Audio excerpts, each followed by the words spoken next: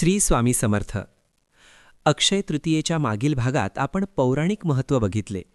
जर तो व्हिडिओ तुम्ही बघितला नसेल तर या व्हिडिओच्या डिस्क्रिप्शनमध्ये तुम्हाला त्याची लिंक मिळून जाईल.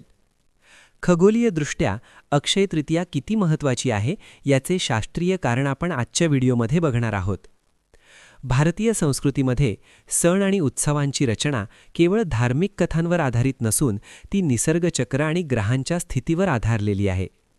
अक्षय तृतीया हा दिवस खगोलशास्त्रीयदृष्ट्या वर्षातील अशा एका बिंदूवर येतो जिथे सूर्य आणि चंद्राची शक्ती आपल्या सर्वोच्च शिखरावर असते. या भागामध्ये आपण या तिथीच्या मागे असलेल्या विज्ञानाचा आणि ज्योतिषशास्त्रीय रहस्यांचा वेध घेणार आहोत.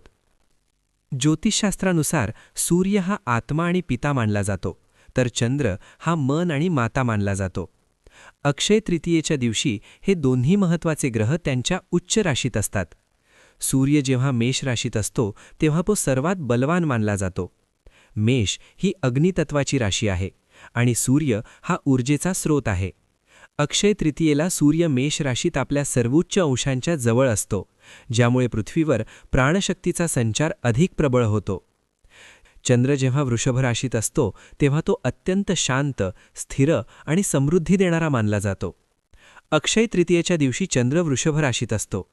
जेव्हा हे दोन्ही ग्रह एकाच वेळी उच्च स्थितीत असतात तेव्हा मानवाचे आत्मबळ आणि मनोबल यांचा सुवर्ण संगम होतो.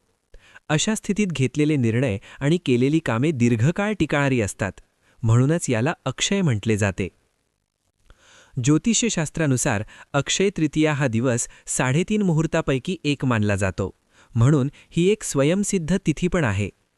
हिंदू धर्मशास्त्रात वर्षभरातील असे काही दिवस आहेत ज्यांना स्वयंसिद्ध मुहूर्त म्हटले जाते. म्हणजेच या दिवशी कोणतेही शुभकार्य करण्यासाठी वेगळे पंचांग पाहण्याची किंवा नक्षत्र जुळवण्याची गरज नसते.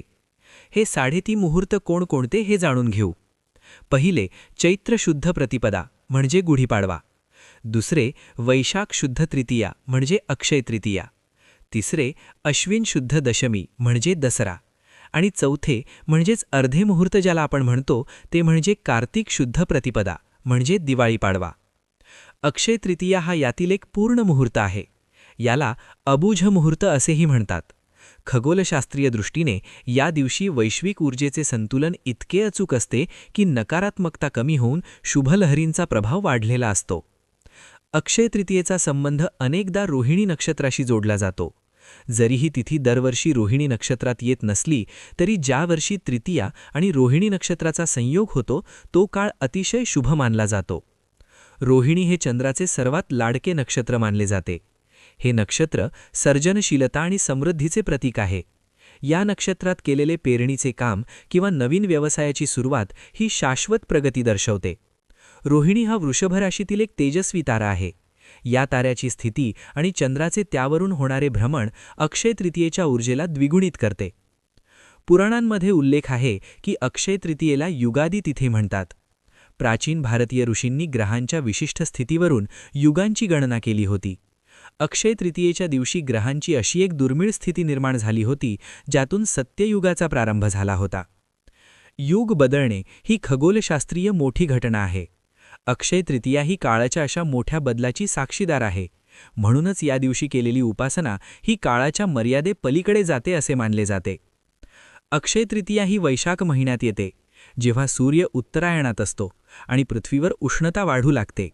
या भौगोलिक स्थितीचा मानवी शरीरावर होणारा परिणाम लक्षात घेऊन काही प्रथा पाडल्या गेल्या आहेत. या दिवशी मातीचा माठ दान करण्याची पद्धत आहे. खगोलशास्त्रीय दृष्टिकोनातून वाढत्या तापमानाशी जुळवून घेण्यासाठी शरीराला थंडाव्याची गरज असते. मातीचा माठ आणि पाणी यांचा संयोग शरीरातील उष्णता संतुलित ठेवण्यास मदत करतो. या काळात पचनसंस्था थोडी मंदावते, म्हणून या काळात सातू किंवा सत्तू खाण्याची परंपरा अनेक ठिकाणी आपल्याला बघायला मिळते. सातू हे पचायला हलके आणि थंड प्रवृत्तीचे अन्न आहे. या दिवशी सातूचे सेवन करण्यामागे हेच आरोग्यदायी शास्त्र दडलेले आहे. जरी हा सण भारतात मोठ्या प्रमाणात साजरा केला जात असला तरी या काळातील सूर्याची स्थिती संपूर्ण उत्तर गोलार्धासाठी अत्यंत महत्त्वाची असते. सूर्य आपल्या कर्कवृत्ताकडे सरकत असताना प्रकाश आणि उष्णतेचे प्रमाण वाढत जाते. हे प्रकाश वाढणे म्हणजे अंधकाराकडून प्रकाशाकडे जाण्याचा प्रवास अक्षय तृतीयेपासून अधिक तीव्र होतो. अक्षय तृतीया हा केवळ धार्मिक कर्मकांडाचा दिवस नाही, तर तो ब्रह्मांडीय ऊर्जेच्या सुविचेचा दिवस आहे. जेव्हा सूर्य आणि चंद्र आपल्याला साथ देत असतात, जेव्हा वातावरण सकारात्मक लहरींनी भरलेले असते, तेव्हा मानवाने केलेले प्रयत्न अधिक सफल होतात. अक्षय म्हणजे केवळ सोन्याचे नाणे नाही, तर तुमच्या विचारांमध्ये आणि कर्मांमध्ये आलेली ती स्थिरता आहे, जी खगोलीय ग्रहांच्या स्थितीमुळे प्राप्त होते.